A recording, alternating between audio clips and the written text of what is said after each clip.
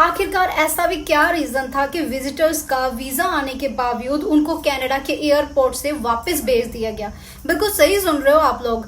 Canada के लिए visitor visa के लिए अप्लाई किया था कुछ एप्लीकेंट्स ने। रिसेंटली उनका वीजा आया, वो वहां पे लैंड हुए। लैंड होने के बाद जब इमिग्रेशन हुई तो कुछ ऐसी डॉक्यूमेंटेशन या कुछ भी लगा दो जिसके कारण उनको वापस भेज दिया गया।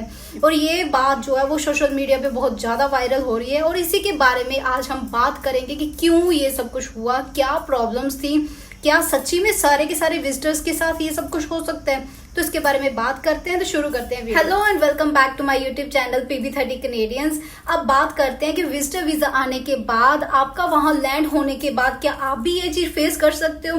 तो यहाँ पे 5 ऐसे लोग हैं जिनकी मैं बात करने जा रही हूँ। उनमें से 4 जो है वो दुबई के थे और 1 इंडिया का था, जिनको इमिग्रेशन के टाइम पे कैनेडियन जो गवर्नमेंट है उन्होंने वापस उनके होम कंट्री भेज दिया गया। उनके पास विजिटर वीजा था, सब कुछ था, still they were sent back to their home country. हमको वाई ढूंढना है कि क्यों ये सब कुछ हुआ। अब जैसे हम सब जानते हैं कि पिछले कुछ महीनों में कनाडा की गवर्नमेंट है जो उसने कितने बल्क में विजिटर वीजा अप्लाई किए हैं या विजिटर वीजा को इनवाइट किए हैं, तो वहां पे उनका जो काउंट है या नंबर है वो एक्सीड कर गया। अब वो उस चीज को लिमिटेड करने की कोशिश कर रहे हैं और उसके साथ साथ वो स्ट्रिक्ट भी हो रहे हैं। तो वहां पे ये सिर्फ यही एक रीजन नहीं है कि विजिटर वीजा किसी का आया हुआ उनको वापस उनके होम कंट्री भेज दिया गया। इसके बिना भी कुछ रीजंस हैं जो कि आपको नोटिस में रखने हैं जब आप लोग अपना विजिटर वीजा अप्लाई कर रहे हो। वाई? बिकॉज जब हम लोग विजिटर वीजा अप्लाई करते हैं उसके बहुत सारे फॉर्मेट्स होते हैं। कोई एज अ पेरेंट्स अप्लाई करता है, कोई ग्रैंड पेरेंट्स अप्लाई करता है, कोई अपने ब्रदर सिस्टर की कन्वोकेशन के लिए अप्लाई करता है, birthday party, marriage party, ceremonies, कुछ भी इन सब चीजों के लिए विजिटर वीजा अप्लाई होते हैं। तो अब ये केस हो सकता है उनमें से किसी एक का केस यही हो।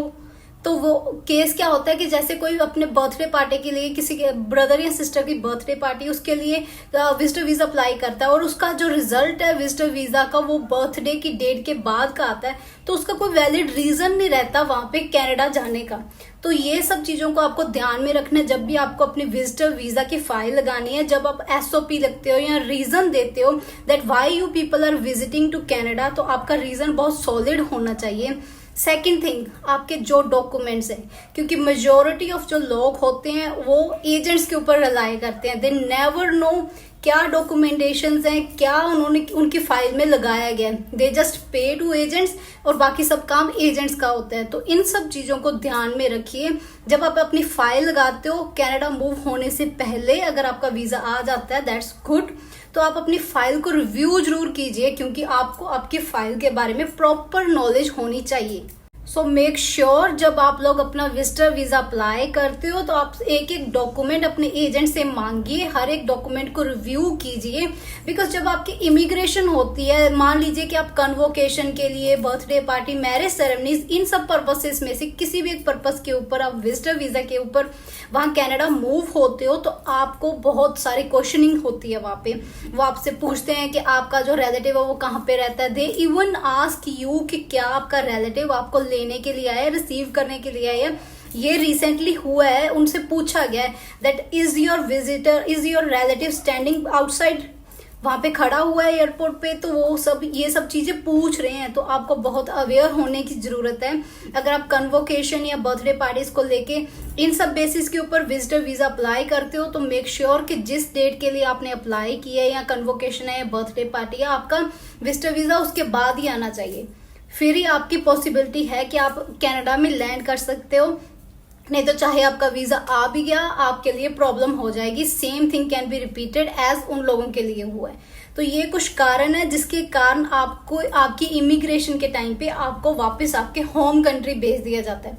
इसके बिना बात आती है फंडिंग की। आपको प्रॉपर नॉलेज होनी चाहिए कि कितनी फंडिंग हुई है, आपके बैंक स्टेटमेंट्स, आपका क्या रिलेशन है, जिसके पास जा रहे हो उसका एड्रेस क्या है, वो कहाँ पे रहता है, कौन सा कॉलेज है, अगर आपका कोई ब्रदर सिस्टर या आप उसके पेरेंट्स हो तो ये सब बातों का आपको ध्यान में रखना है। सो ये कुछ रीजंस है जिसके कारण विजिटर्स को वहां पे जाके सफर करना पड़ रहा है।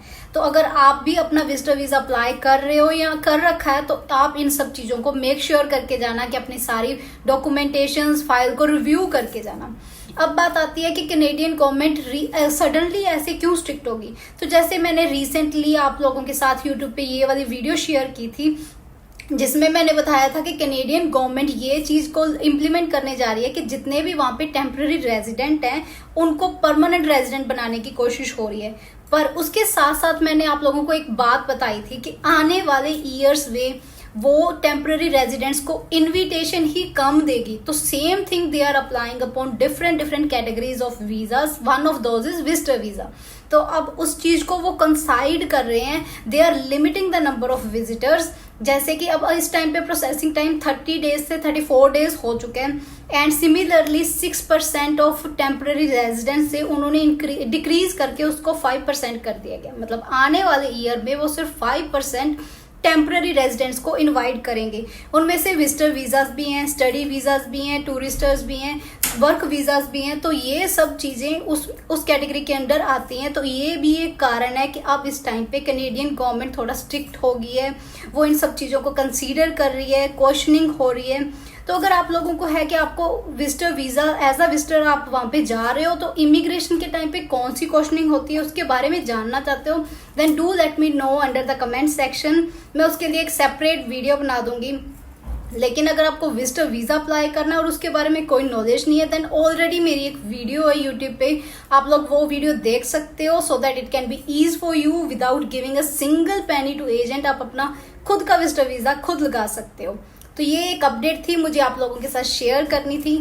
सो आई होप आप लोगों को आंसर मिल गया होगा कि क्यों हुआ विजिटर वीजा आने के बावजूद, वहां पे लैंड होने के बावजूद उन विजिटर्स के साथ ये सब कुछ। अगर आप चाहते हो कि आपके साथ ये सब कुछ ना हो तो वीडियो में बताई हुई सारी डिटेल्स को ध्यान में रखना, सारे डॉक्यूमेंटेशन सब चीजों को कंसीडर करके उसके बाद अपने विजिटर वीजा को अप्लाई करना।